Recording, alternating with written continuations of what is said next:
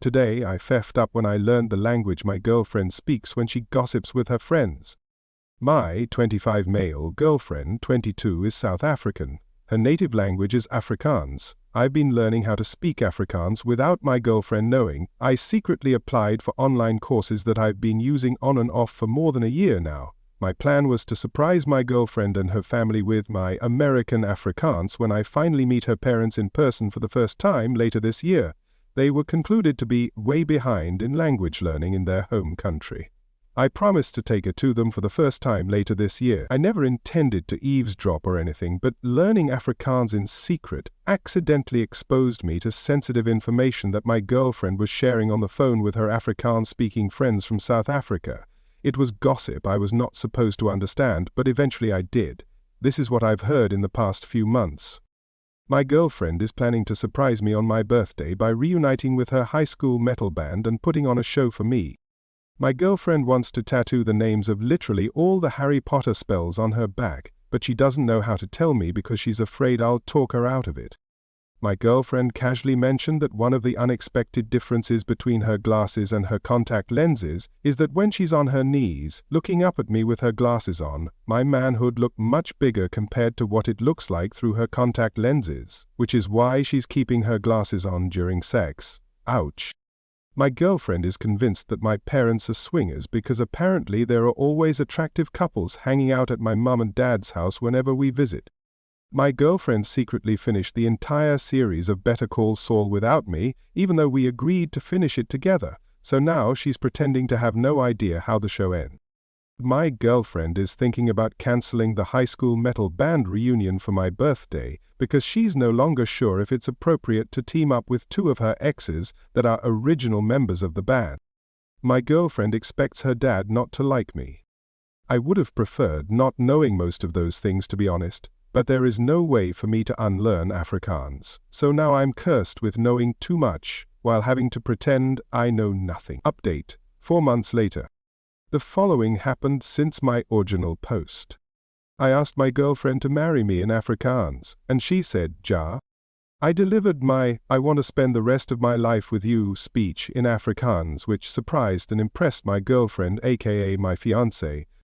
As soon as my girlfriend became my fiancée, I casually mentioned that I've secretly been learning her native language and accidentally been eavesdropping on several phone call conversations she had with her Afrikaans-speaking friends about things I was not supposed to understand, like, for example, her feeling conflicted about reuniting with her original high school band members for my birthday because the band apparently included two of her exes, or the fact that she wanted to tattoo literally all the Harry Potter spells on her back, or that she finished Better Call Saul without me, or that she thought my mum and dad were swingers, or the real reason why her glasses were always on during sex, or that she's convinced that her dad would hate me, or some of the stuff she said to her friends after my original post, like how she was struggling to get used to my braces because the braces in my mouth plus the freckles on my face somehow made me look underaged and low-key, made her feel like she's my older sister when we were out in public.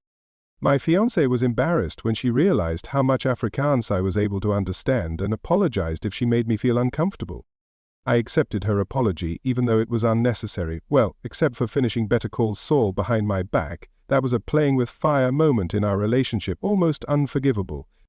My fiancée got one of the Harry Potter spells on her back, Erecto Patronum. I'm kidding, I stole that from another story. My fiancée is still considering getting her back tattooed.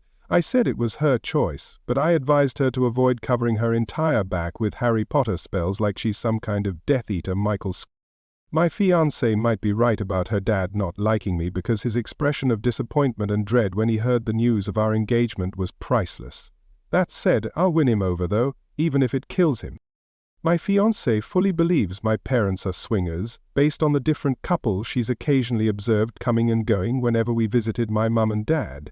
She wants us to investigate my parents because for some reason it's fun for her to imagine me being the son of a mum and dad whose sex life is far more kinky than mine. I'm not interested in opening that door though, because I don't want to know what goes on in my mum and dad's bedroom. However, something tells me that my fiancée will not rest until she has all the answers. I made it clear to my fiancée that I had no problem with her reuniting with her high school band to perform at my birthday. unless it was uncomfortable for her that her exes were part of the band. My fiancé ultimately decided to cancel the band because of behind-the-scenes drama.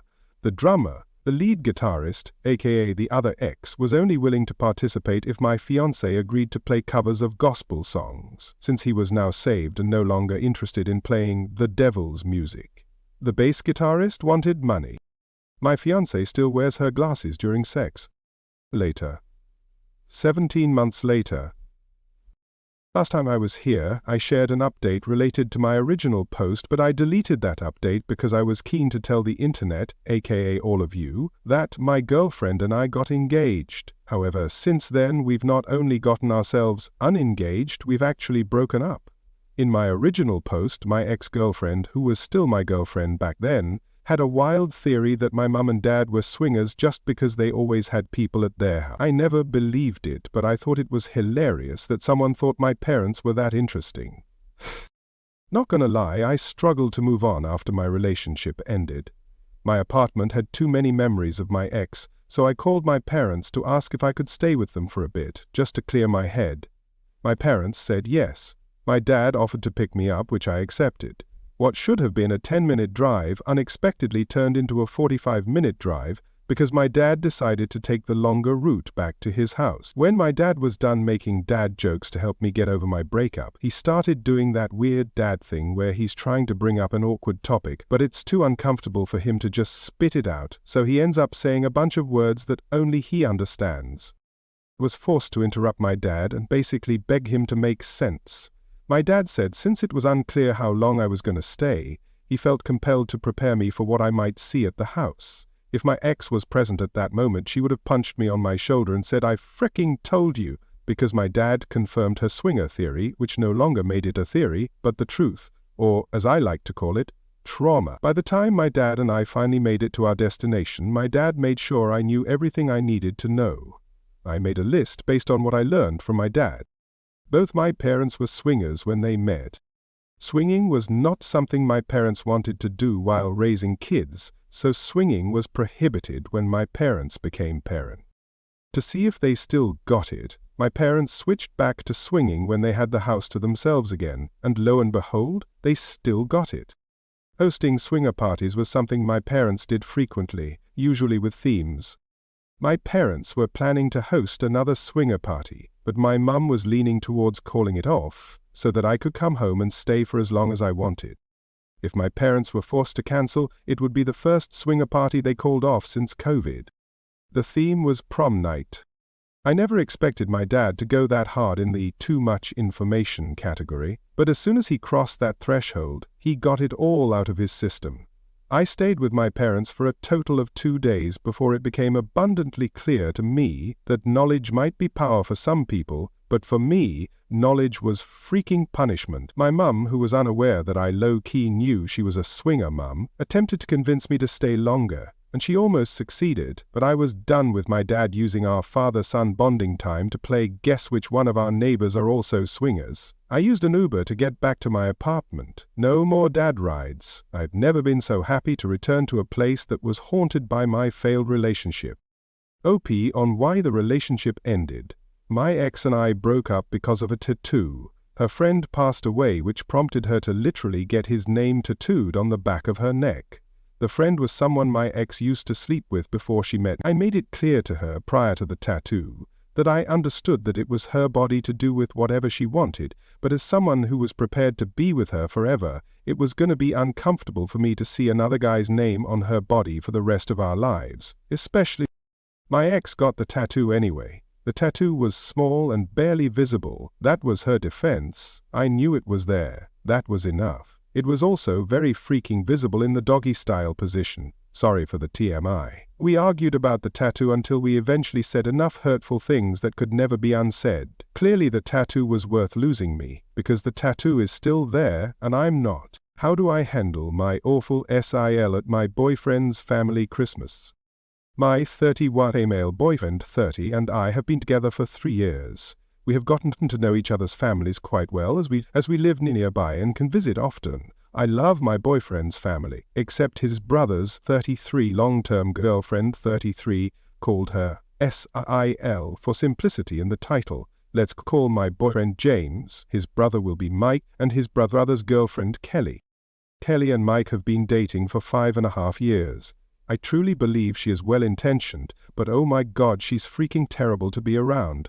I get along with almost everyone I meet, but being around her actively makes me feel like I'm losing brain cells. We are polar opposites, but that's not why she's terrible. She makes wildly inappropriate comments to everyone around her, has no sense of self-awareness, and thinks the world owes her something. Kelly and Mike are not in a good financial position. Kelly is unable to work because of her traumatic childhood, and Mike works 50+ hours/week in construction. He busts his butt to provide for them, and she spends her days at the local bar with the local riffraff. Then complains about not being able to afford to buy a 3-bedroom, 2-bathroom home on several acres of land in our HCOL state.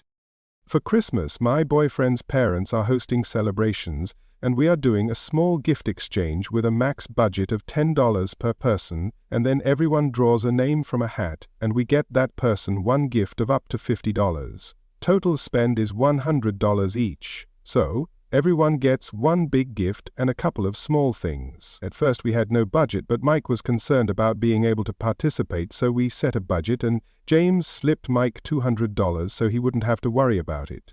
It's not a secret Santa, so everyone knows who drew which name. James drew Kelly's name, and immediately she started sending him links to things that were $100 plus for him to get her. He reminded her of the budget that we set to benefit them, and she said, "You can afford it, these are the only things I want," and made it worse by saying, "Mike drew your name, and we're getting you something nicer than $50. I'll give her the benefit of the doubt that she may not know James gave Mike the $200 to help them out. She hounded James about it being unfair that they suffer while we have so much, so clearly he can afford to get her a nicer gift. Both James and I are very comfortable, but we've both worked hard for everything we have." She insulted him, called him greedy, told him that he's selfish and only cares about himself and the fancy life he lives with me, and that Mike and her resent him for abandoning them. James is the kind of person who would give his last dollar away, the shoes off his feet in a snowstorm, and who acts tough but is actually just a big softie. A lot of people take advantage of that. And he caved. He got her a fancy, over-budget gift. James and Mike's parents just kind of roll their eyes at her when she makes weird, inappropriate comments, and their mum has confided in me that she's happy at least James picked a normal one, and that she's glad she doesn't have to take care of both of her sons into adulthood. They are completely unaware of what's happened behind the scenes between Kelly and James. I'm not afraid of confrontation, but don't want to ruin Christmas by losing my crap at her. She's bound to say something or do something because she always does, and I really don't know if I can bite my tongue much longer. I am furious at her. I feel like I'm going to explode if she makes one offhanded comment or snide remark, that I'm betting it'll only take 20 minutes for her to say something stupid. It's not about the gift. We don't care about the money. To me, this is icing on the cake of her already poor behavior. To James, it's just another thing he wants to let slide because he loves his brother, and it makes Mike's life easier if Kelly is happy and not complaining. How can I navigate this and stop her from taking advantage of James in the future? Talking to her rationally is futile. James did try that, and that's how we're here. Edit. Thank you all for the comments. I am going to push pause on this account until after the holidays and will post an update if anything interesting happens. I've decided to go into this armed with a couple of the quick and simple responses that people have suggested here. My favorites are, "Wow, what an inappropriate comment," or "I can't believe you said that out loud." James and I will chat too after the holidays. I agree he needs to set better boundaries, but we can have that conversation privately after the chaos of Christmas. Happy holidays all!